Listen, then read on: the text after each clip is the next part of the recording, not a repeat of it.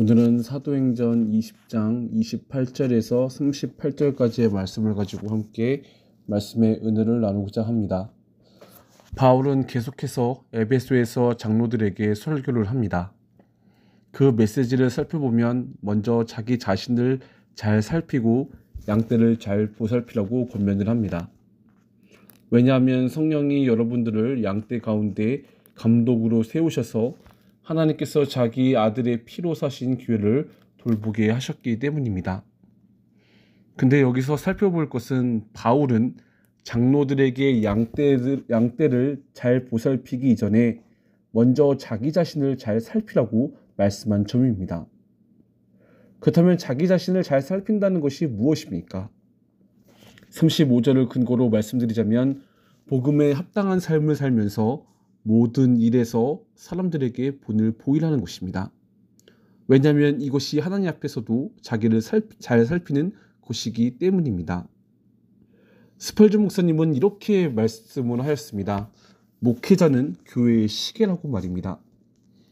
왜냐하면 성도들이 시계를 보듯 목회자들을 바라보기 때문입니다. 이는 그만큼 목회자는 하나님을 의식하며 복음에 합당한 삶을 살면서 성도들에게 본을 보이며 마땅히 살아가야 한다는 것을 알려주고 있습니다. 그리고 이것이 바로 자기 자신을 잘 살피며 살아가는 것이죠. 그런데 이 말씀의 적용의 대상은 목회자에게만 적용되지 않습니다. 주의 백성들에게 모두 다 해당이 됩니다. 왜냐하면 하나님이 보고 계실 뿐만이 아니라 사람들도 우리를 보고 있기 때문입니다. 더 구체적으로 말씀드리자면 우리 주변에 예수님을 믿지 않는 사람들이 우리의 모습을 봅니다. 또한 믿음의 어린 자들도 우리를 봅니다. 또한 시니어들뿐만 아니라 다음 세들이 우리의 모습을 봅니다. 비록 그들이 우리가 하나님의 뜻대로 사는 것을 다 이해할 수 없지만 그럼에도 하나님께서는 우리를 통해 역사하시는 하나님의 영광을 우리 주변의 사람들로 하여금 느끼게 하신다는 것입니다. 이는 결국 우리 한 사람 한 사람은 하나님 앞에서 무책임한 신앙생활을 하는 존재가 아니라 책임 있는 신앙생활을 하는 존재라는 것을 한편으로는 또한 알려주고 있는 것입니다. 그러므로 우리는 먼저 우리 자신을 잘 살피며 살아가도록 노력해야 합니다. 정말로 하나님 앞에서 우리 자신을 잘 살피십시오. 저와 여러분들은 빛을 드러내는 자이기도 하지만 죄인이기에 죄를 드러내며 살아가는 불완전하고도 연약한 자들입니다. 따라서 하나님 앞에서 책임 있는 주의 백성의 모습을 보이시며 살아가는 그러한 은혜가 있기를 간절히 소망합니다. 계속해서 바울은 말합니다. 양떼를 잘 보살피라고 말입니다. 이 말은 교회의 성도들을 잘 보살피라는 것입니다. 왜냐하면 29절에 바울이 떠난 뒤에 사나운 이리들이 여러분 가운데로 들어와서 양떼를 마구 해하게 될 것이기 때문입니다. 여기서 사나운 이리들이란 거짓 선지자들을 가리키는 것으로서 이들은 에베소 교회 내에 들어와 성도들을 해치고 복음을 대적할 자들입니다. 또한 이들은 하나님께서 자기 아들의 피로 사신 교회를 무너뜨리려고 하는 자들이며 예수님의 신성과 인성을 부인하거나 교회의 은혜 공동체를 무너뜨리는 자들을 가리킵니다. 무엇보다도 그들의 주된 관심사는 복음이 아닌 사회 구제나 사회 사업으로서 교회의 본질을 망각한 자들이기도 한다는 것이죠. 따라서 바울은 장로들에게 하나님께서 자기의 아들의 피로 세운 교회가 저들로부터 와해가 되지 않도록 교회 내의 양떼들을 복음으로 잘 보살피라고 권고를 했습니다. 그러면서 31절에 이런 자들을 대비하여 여러분들은 깨어 있어서 바울 자신이 눈물로 훈계하던 하나님의 말씀을 기억하라고 말씀을 합니다. 결국 바른 말씀 위에 올바로 선 교회만이 그러한 이단의 유혹에도 흔들리지 않고 굳건히 세워져 가기 때문입니다. 오늘날도 마찬가지입니다. 왜 우리가 웨스트민스터 표준 교리 문답이나 제네바 교리 문답 혹은 하이델베르크 문답, 소유리 문답 등 왜 이러한 교리들을 읽고 배우는 것이 중요합니까? 그것은 바로 하나님께서 말씀하신 것들을 자세하고도 명확하게 정리하여 서술하였기 때문입니다. 그리고 이것들은 이단들로부터 우리를 보호해 줄 수 있습니다. 그래서 우리는 성경을 바탕으로 한 바른 성경적 이해를 성경과 더불어 이러한 교리 문답서를 통하여 정확히 복음을 우리 마음판에 인식하며 살아가야 합니다. 즉 하나님을 위하여 열심히 봉사하고 열심히 기도하고 열심히 말씀을 보는 것도 중요하지만 복음에 대해서 정확하고 명확하게 아는 것도 매우 중요하다는 것입니다. 과거 우리나라의 기독교 역사를 보십시오.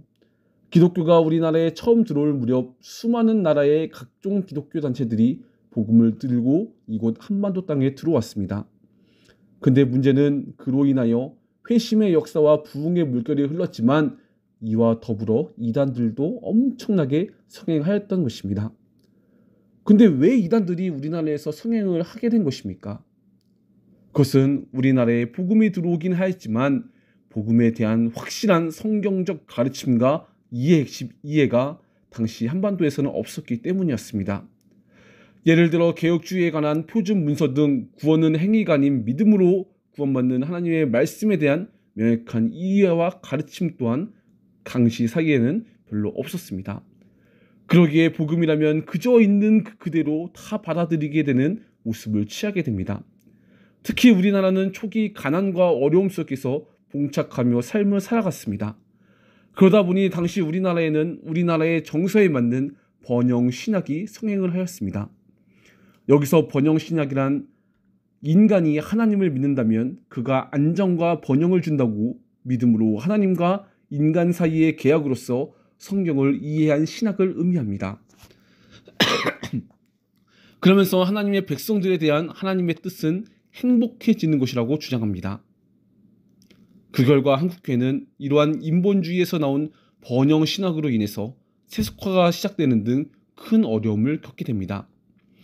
그러기에 이를 보면 알 수 있듯이 또한 오늘 본문에서 에베소 교회 장로들에게 말하는 복음의 바울의 말대로 우리 모두는 이러한 바른 신학과 바른 복음을 해치는 거짓 선지자로부터 복음을 지키기 위해서라도 바른 복음이 무엇인지에 대해서 먼저 배우고 지식에 충만하여져야 할 것입니다.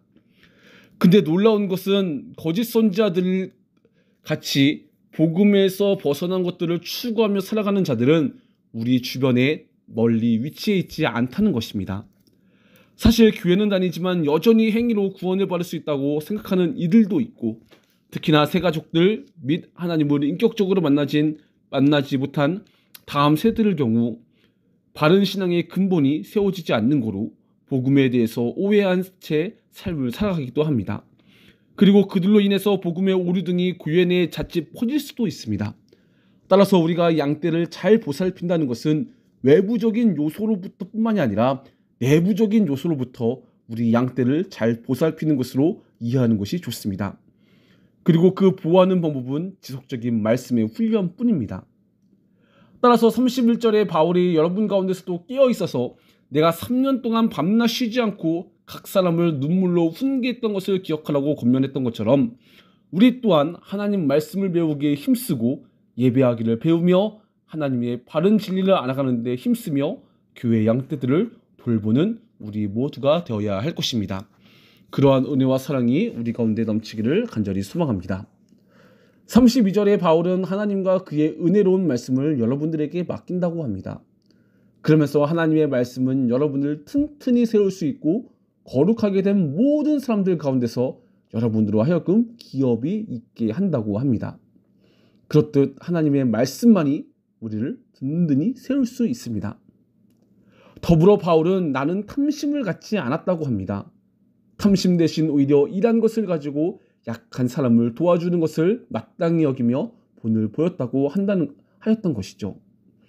이는 주는 것이 받는 것보다 더 복이 있다 하신 말씀을 지켜 행했던 것입니다. 근데 오늘날 우리의 삶도 마찬가지입니다.